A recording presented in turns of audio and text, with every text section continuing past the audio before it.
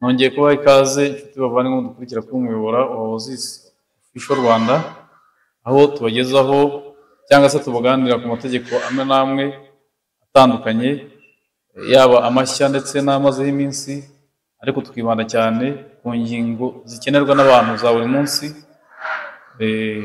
Abashimiye cyane rero ko mudukurikira, kandi murabitugaragariza abari hirya no hino hose ku isi. Tubona ko hari abagenda batubwira ko ibiganiro ari byiza ko twakomeza kubibagezaho, natwe rero nicyo kiba kitugaruye kugira ngo tubagezeho ibyo tuba twabateguriye, cyane cyane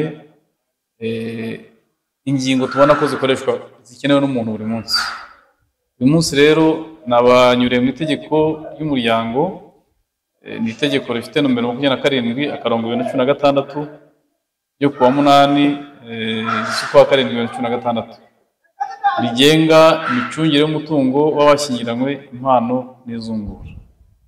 Ni itegeko rinini cyane, ariko ni itegeko ry'ingenzi kuko ririmo ibintu byinshi, tuzanaritindaho, tuzagenda ndigarukaho cyane, kuko ibijyanye n'umuryango ni ibintu nyine umuryango twese tubamo, twese tuba mu miryango, kandi igenda igira ibibazo bitandukanye, haba ku micungire y'umutungo w'abashyingiranywe, haba mu gutanga impano.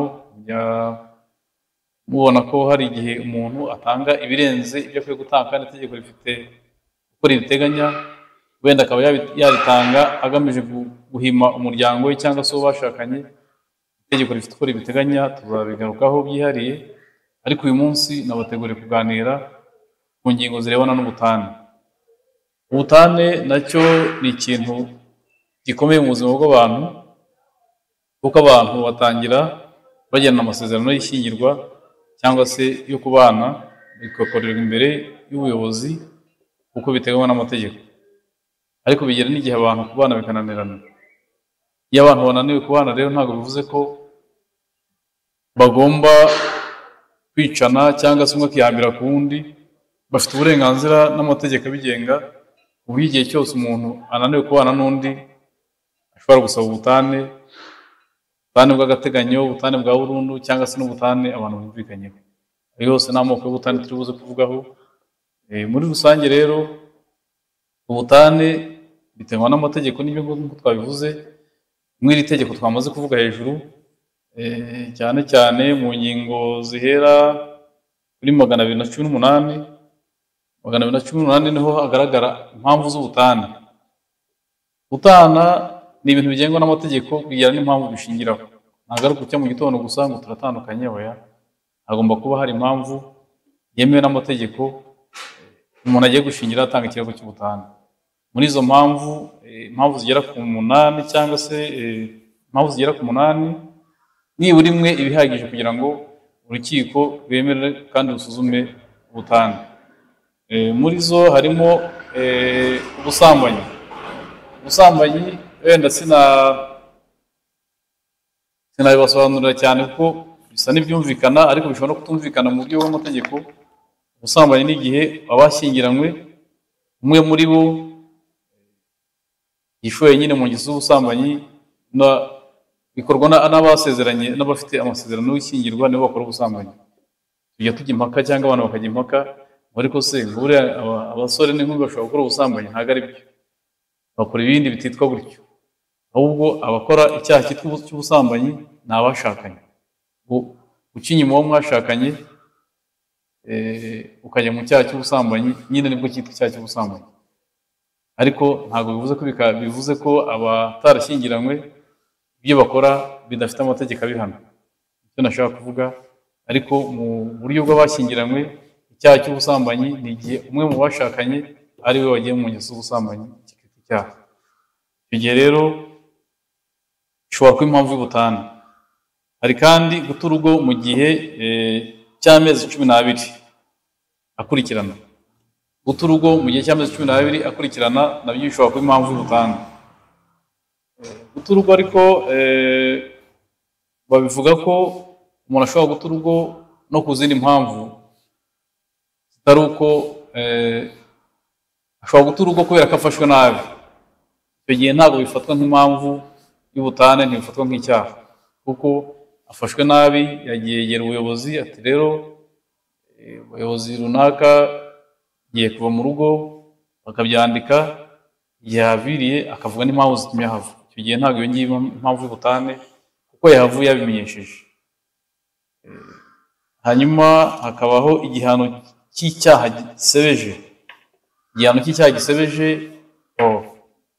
ntabwo na precise icyaha ari ikihe, ariko mu by'ukuri icyaha gisebeje tugerageje kubyumva hari ibyaha ubona ko umuntu ashobora gukora undi kubana nawe bikamutera ipfunwe, ibyaha biteye ipfunwe nk'icyaha cyo gusambanya umwana ubwiye n'icyaha cyangwa se umwana wibyariye.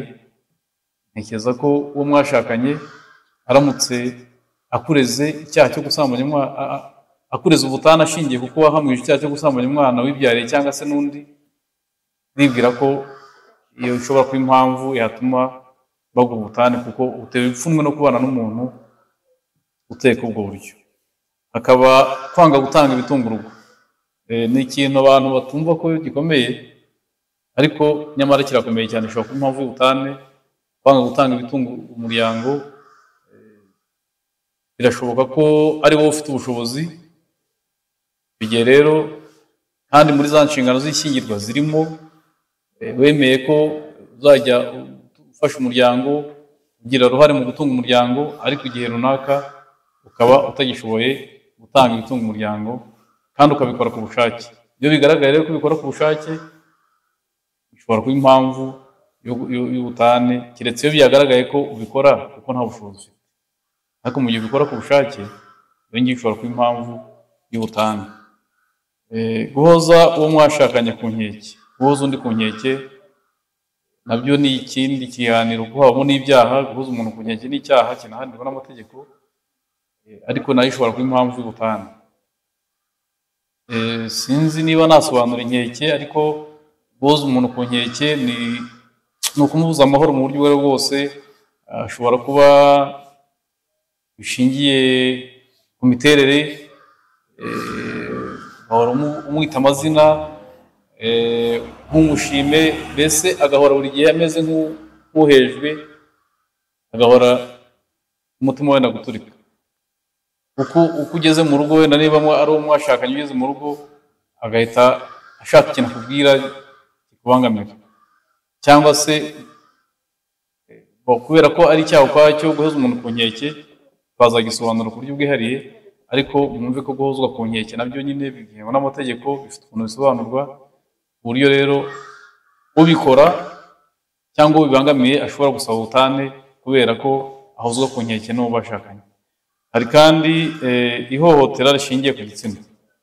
Ihohotera rishingiye ku gitsina abantu bajya batebya, mbese ariko umuntu abantu bashakanye bahohoterana, bakorana ihohotera rishingiye ku gitsina. Abantu barabyibaza, ariko nyamara bibaho. Muri iri tegeko hariho uko abantu mu mibanire yabo bagomba kubana, birimo n'uko bumvikana nyine mu buryo buzuza inshingano z'abashakanye.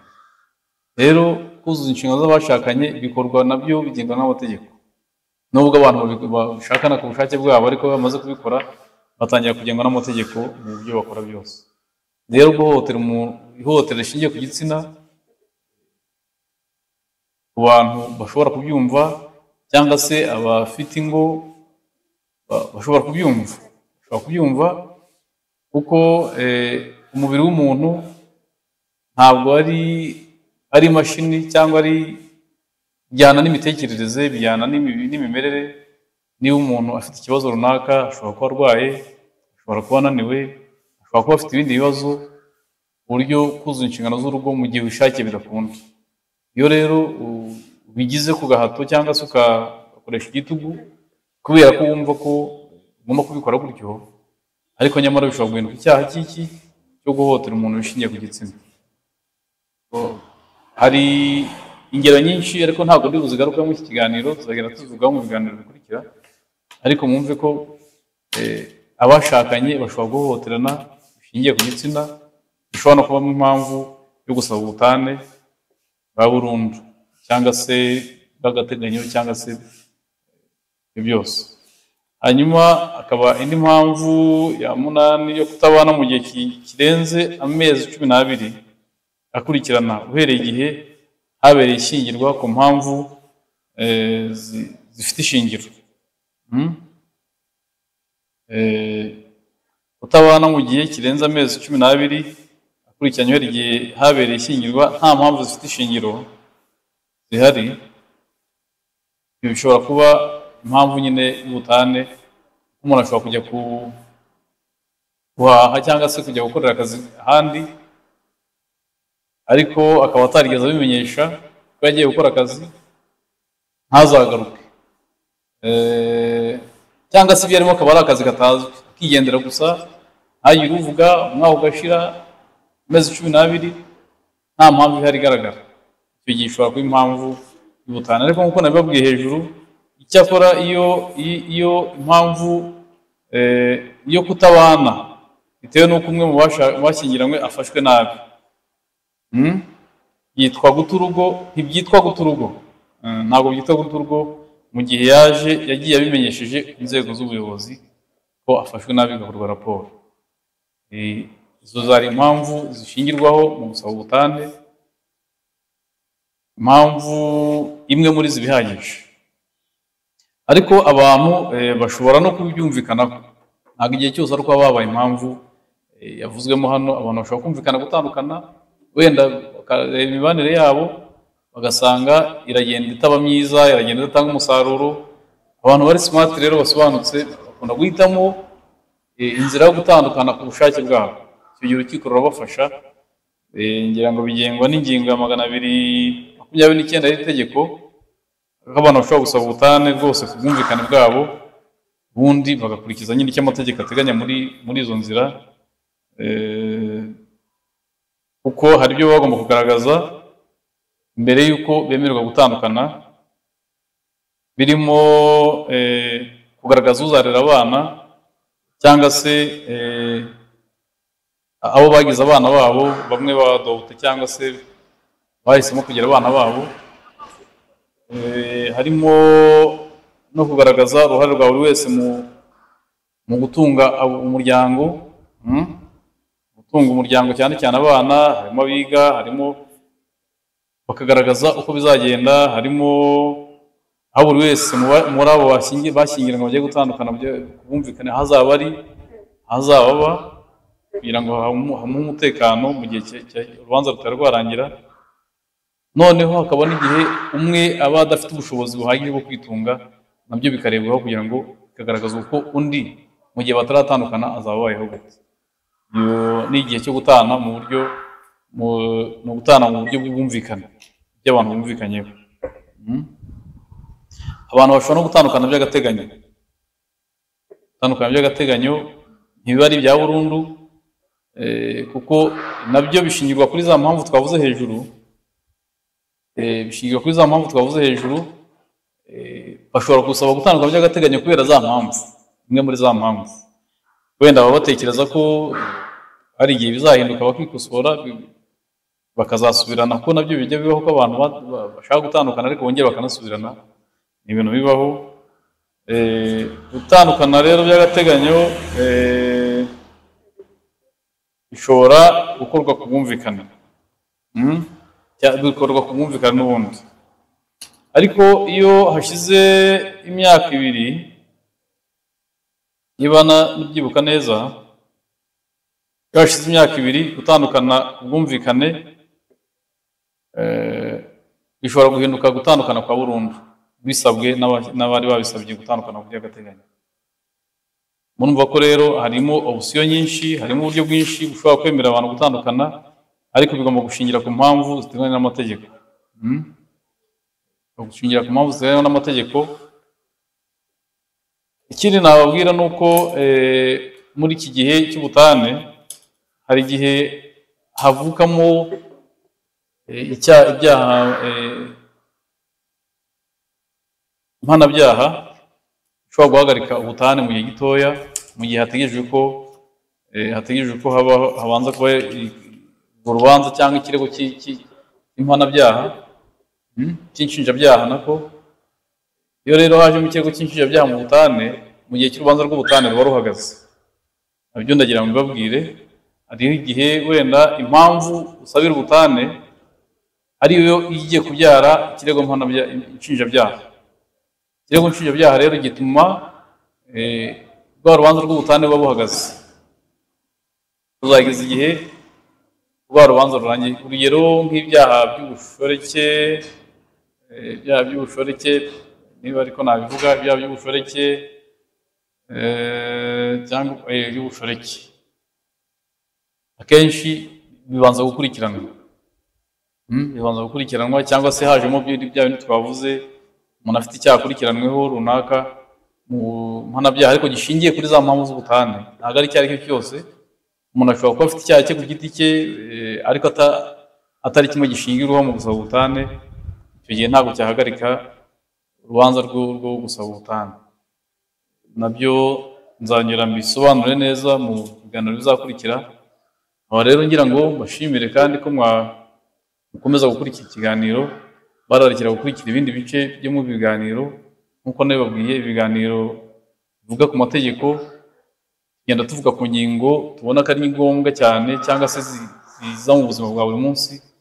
Kuko tutavuga itegeko ryose mu kiganiro byagorana cyane, ariko mbararikiye ko muzakurikira ibindi biganiro bisa n'ibi ngibi, ndetse iri tegeko tumaze kuvugaho tuzarigarukaho cyane ko ni itegeko nyine ry'umuryango, ririmo byinshi umuryango n'abantu baba bakeneye kumenya kugira ngo bakomeze babeho neza, bubahiriza amategeko atabagonga cyangwa se ngo bayagongeshe abandi.